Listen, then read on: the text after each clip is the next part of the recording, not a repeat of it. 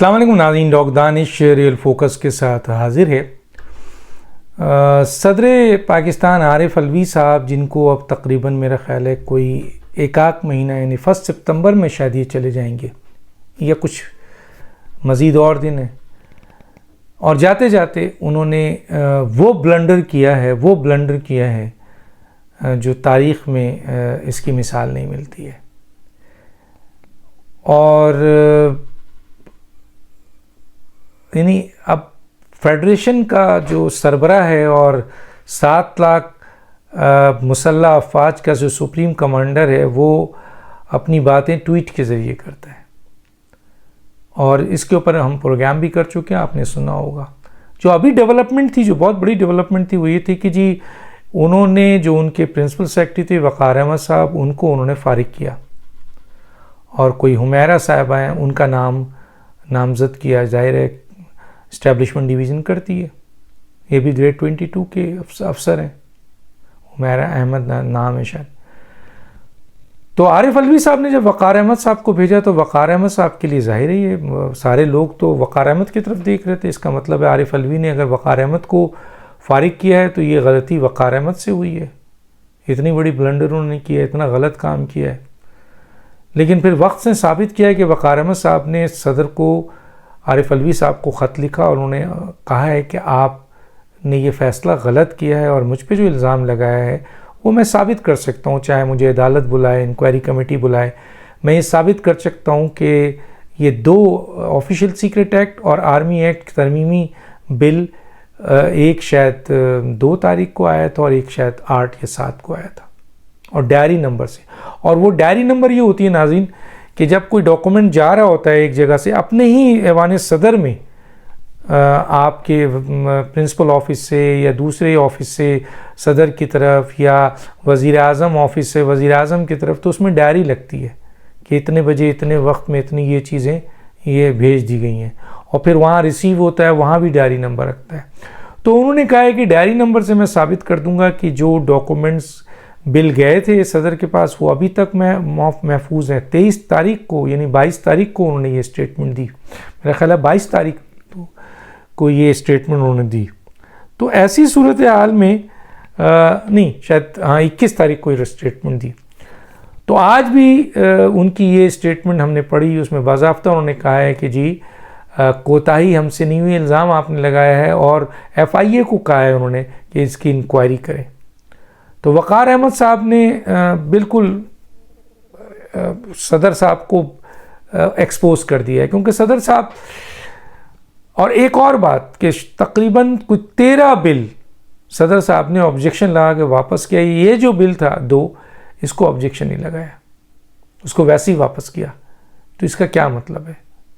मसलन 13 bill pay objection लगा रहे हैं, और आज तक आप जितने साल भी रहे हैं, 5-4 साल रहे हैं, उसमें कभी कोई बिल आपने वैसे वापस नहीं किया, या तो एक्सेप्ट किया, साइन किया, या फिर ऑब्जेक्शन लगाया, साइन किया, और आज तक ये मसला नहीं है वाइद इस बिल के ऊपर आया। तो इसका मतलब है कानूनदान ये कहते हैं कि ये एक मिली भगत है, पूरी सोची समझी साजिश के तहत सदर ने ये प्लान बनाया कि इस बिल को मैंने साइन भी नहीं करना है और इस बिल को मंजूर भी होना है।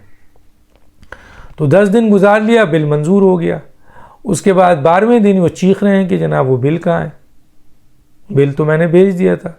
और अगर फ़र्ज़ करो ये ख़बर तो मीडिया, इनकी पूरी मीडिया टीम है, पूरी ऐवान सदर में बेशुमार लोग काम करते हैं, पूरी लॉ डिपार्टमेंट बैठा हुआ है, तो ये ख़बर तो बहुत देर से चल रही थी, एक दिन पहले से चल रही थी कि जनाब सीक्रेट एक्ट पे और आर्मी एक्ट के तहत जो बिल था वो पास हो गया, सदर साहब ने साइन कर दिया। आपको फ़ौरन रिस्पॉन्ड करना चाहिए था, उसी वक्त पूछना चाहिए था। आप जिस पे इल्ज़ाम लगा रहे हैं वक़ार अहमद, उसके ख़िलाफ़ आप कोई सबूत नहीं दे पा रहे हैं। अगर आपने उसको वर्बली ये बात कही थी तो इसका मतलब है आपने गलत की है, क्योंकि वर्बल तो कुछ नहीं होता, कुछ भी नहीं होता वर्बल, तो आप पकड़े जाते हैं।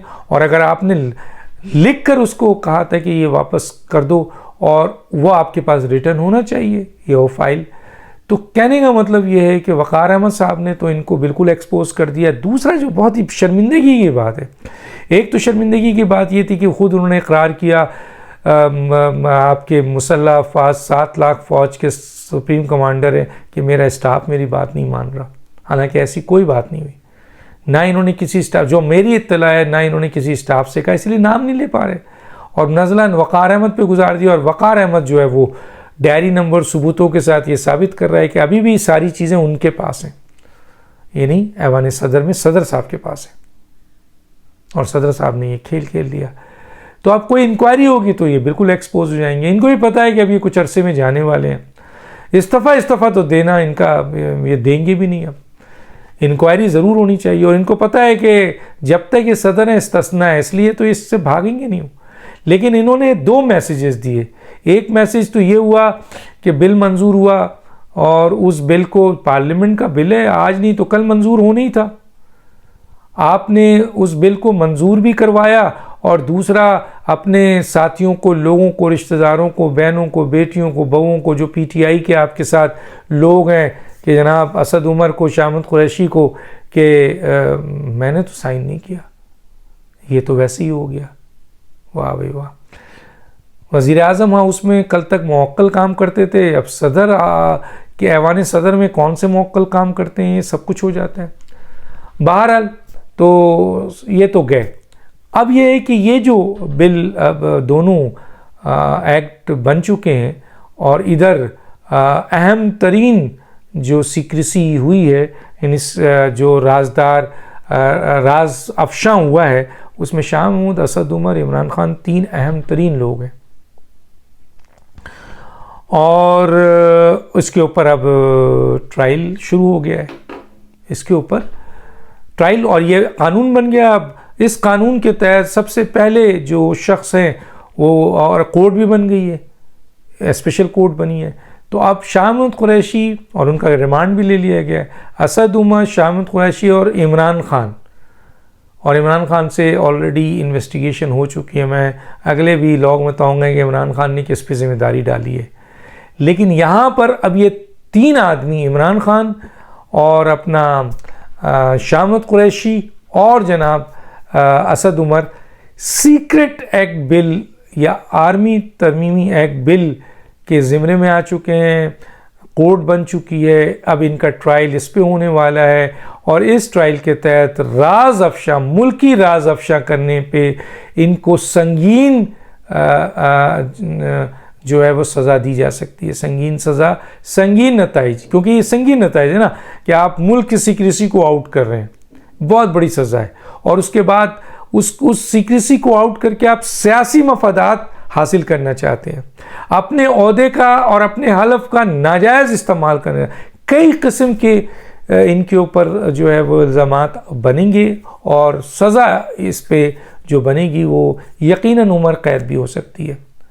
ये याद रखिएगा, इस सज़ा में 10 साल भी है, उम्र कैद भी है, 2 साल भी है, 5 साल है। अदालतों पे है कि कितना सीरियस क्राइम इन्होंने किया है। तो अब ये चीज़ें सामने हैं। अब ये ट्रायल शुरू हो चुका है। शाह महमूद कुरैशी साहब भी अंदर हैं, असद आपके उमर भी अंदर है, इमरान खान भी है, और एक शख्स आज़म खान पहले ही वादा माफ गवाह है। अगले व्लॉग में बताऊंगा कि FIA को क्या क्या ऐसी चीज़ मिली है, अहम तरीन जो है वो सबूत, जिसकी बुनियाद पर अब इन चारों का मुस्तकबिल क्या होता है। आगे मैं बताऊंगा, साइफ़र के हवाले से मज़ीद एक व्लॉग करूंगा। डॉक्टर दानिश को याद दीजिए। अल्लाह हाफ़िज़।